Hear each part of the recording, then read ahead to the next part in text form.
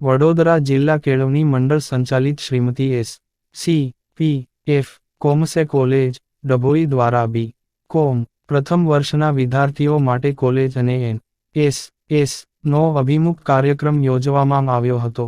આ કાર્યક્રમમાં સર્વે અધ્યાપકોએ કોલેજમાં થતી વિવિધ પ્રવૃત્તિઓ અંગે ઊંડાણપૂર્વક સમજ આપી હતી.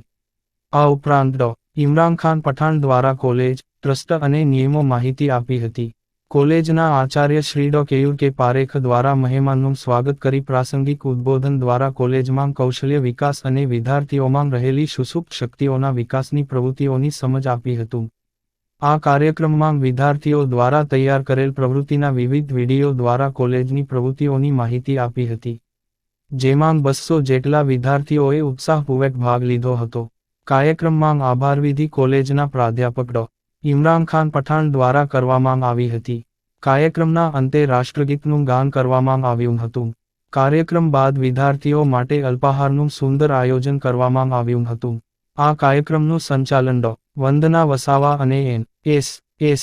પ્રોગ્રામ ઓફિસર ડો. ઇમરા પઠાણ દ્વારા કરવામાં આવ્યું હતું. તેમજ સંસ્થાના પ્રમુખ શશિકાંતભાઈ પટેલે શુભેચ્છાઓ પાઠવી હતી. રિપોર્ટર ફઝલ રજા ખત્રી, GPK ન્યૂઝ.